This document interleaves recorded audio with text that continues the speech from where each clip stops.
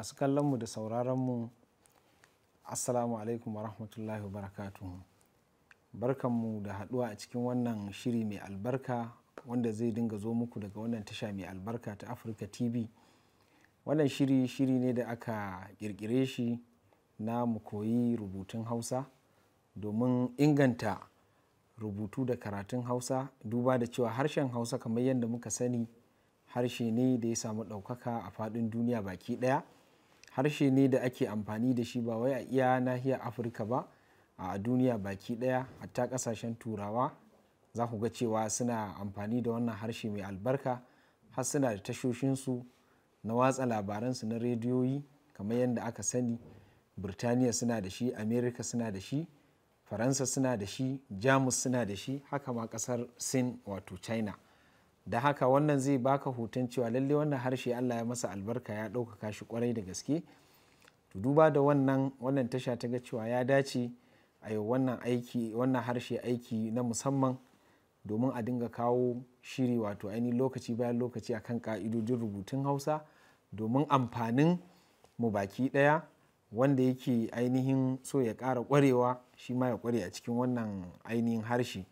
Insha Allah zai dinga zuwan muku lokaci bayan lokaci a wannan tasha mai albarka, kuma kamar yadda aka ga taken gashi nan a rubuce, mu koyi rubutun Hausa. Da haka ƙa'idodin za a dinga faɗa, a dinga nunawa ina ne ya kamata a yi amfani da ƙa'ida kaza, ina ne bai kamata ba, ina ne ya kamata a haɗe, ina ne ya kamata a raba. Da haka muna fatan Allah ya mana jagora a cikin wannan shiri, sai ku biyo mu a hankali insha Allah ku kasance tare da mu domin ainihin amfanuwa da wannan shiri. Ba tare da ɓata lokaci ba, wannan ainihin take kamar yadda aka ce shirin mu koyi rubutun Hausa, za mu buɗe shirin da rubuta wasu jumloli guda uku. Idan har za mu fara da su ne, idan har Allah ya sa ka iya rubuta waɗannan jumlolin, to lalle ka samu wani kaso a cikin sanin ƙa'idojin rubutun Hausa. Idan kuwa kana da mushkila a ciki, to lalle za ka fahimci cewa lalle wannan shiri an yi shi domin za ka amfana. Bari mu rubuta jumlolin, ku biyo mu a hankali domin a gani da idonku.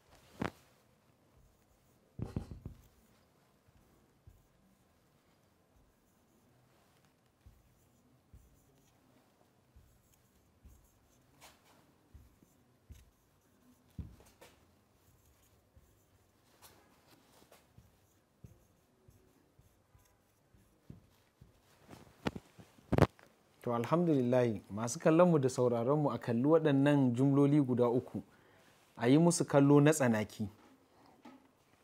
Ga su nan.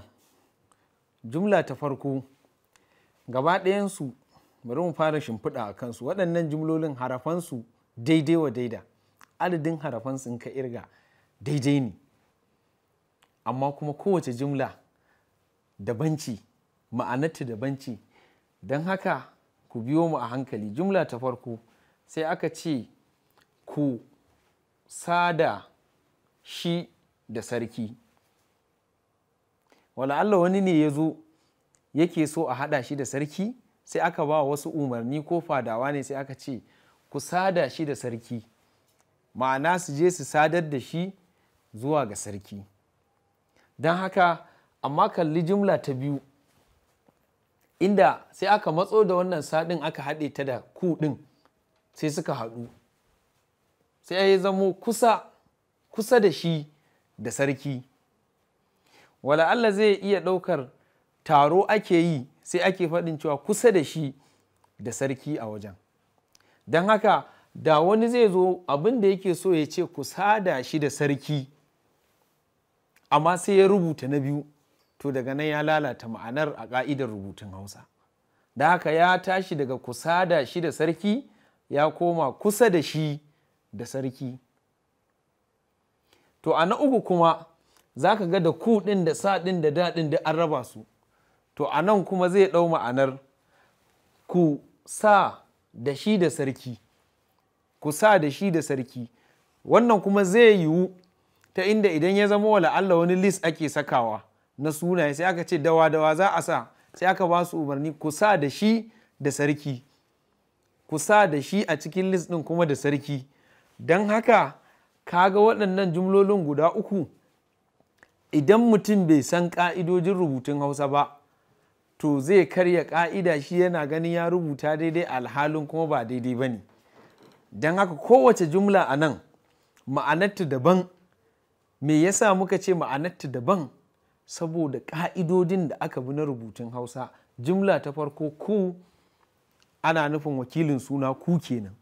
Sannan sai aka ce sada wanda yake aiki ne, ku sada shi wakilin suna da sarki. Sannan nan kuma sai aka ce kusa, kalma ce ita ma mai zaman kanta, kusa da shi da sarki. Sannan nan ta ƙarshe ku sa da shi da sarki. Ku kalma ce, sa kalma ce wadda take da asalinta daga sanyawa. Kusa da shi da sarki.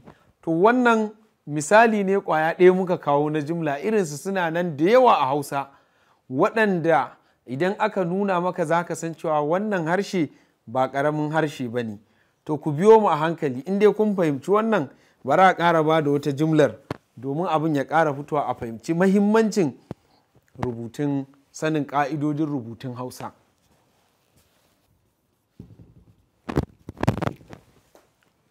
To a nan ma mu kalli waɗannan su ma jumloli ne guda uku. Jumla ta farko za a ga cewa an rubuta sama da sa da ma a haɗe kalma ɗaya ce sama wadda take nufin kishiyar ƙasa. Sai aka ce sama ta kai 7. Dama mun yi imani sammai guda 7 ne. Sama ta kai 7. Guda ɗaya in ka irga sama guda 7 ne. Kamar yadda dama mun riga mun yadda da wannan kuma ƙur'ani ma ya gaya mana. Allazi khalaqa sab'a samawatin tibaqa. To tunda Allah ya ce sab'a shine sai aka ce sama ta kai 7. To amma a guri na biyu in ko kula sa ɗin nan sai aka cire ta aka yi can baya da ita. Ita kuma wannan ma sai aka haɗe ta da ta. Wanda za ka ga a na farko da sa da ma ne a haɗe, ta kuma daban. Amma a jumla ta biyu idan kun lura sa ɗin ce daban ma da ta a haɗe, to sai ya zamo sa mata kai 7 shine a jumla ta biyu. Akan ce a Hausa kamar itace da ake siyarwa masu ɗaura ice duk guda ɗaya na cewa kai ɗaya. To wala Allah wata yarinya ce ta zo siyan ice sai mai icen ya ce wa yaronsa sa mata kai 7, ma'ana ya sa mata ɗauri guda 7. Don haka in ya tashi rubutawa sa daban mata a haɗe, sa mata kai 7. To kaga wanda ya zo yake so ya rubuta sa mata kai 7 in ya rubuta jumlar farko to ya ɓata ma'anar don ya karya ƙa'ida, abin da ya rubuta sama ta kai 7. In kuma na biyu yake so ya rubuta sa mata kai 7 yake so ya rubuta ta farko, nan ma ma'ana ta lalace.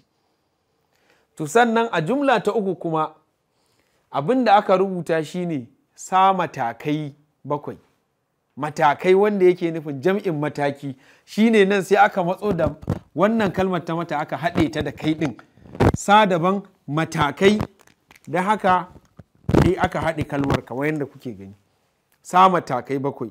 Kamar misali wani ya zo ya ce da Allah wani mataki zan iya bi domin inganta tsaron gidana, sai wani masanin tsaro sai ya ce masa sa matakai 7 ga su zan gaya maka. Da haka anan matakai, da haka su ma waɗannan jumlolin irin waɗancan ne idan ka lissafa su adadin harafansu ɗaya ne da waccan jumlar farko da muka faɗa. Amma me zai baka damar ka iya rubuta su kowace bisa ƙa'idojin rubutun Hausa shine sanin ina ne za ka haɗe, ina ne za ka raba. To waɗannan shimfiɗa ne mun ba da su ne a matsayin misalai su zama mana na buɗewa domin mu fahimci yanda ainihin sanin ƙa'idar rubutu take taimakawa wajen kai ka isar da abin da kake so ka isar, sannan kuma waɗanda ka isar ɗin don su ma su fahimci abin da ainihin kake so ka isar. Don haka a wannan shimfiɗa ce da fatan ainihin masu kallonmu da sauraronmu za su dinga bibiyar wannan shiri domin ainihin inganta rubutun Hausarsu. Kuma a cikin wannan shiri da izinin Allah za mu dinga ɗauko misalai daki-daki kama daga kalmomin da jumlolin har zuwa ainihin rubutun. To a wannan shimfiɗa muke so mu tsaya a nan, sai Allah ya kai mu a cikin darasi na gaba insha Allahu za mu ɗora daga inda muka tsaya. Assalamu alaikum wa rahmatullah.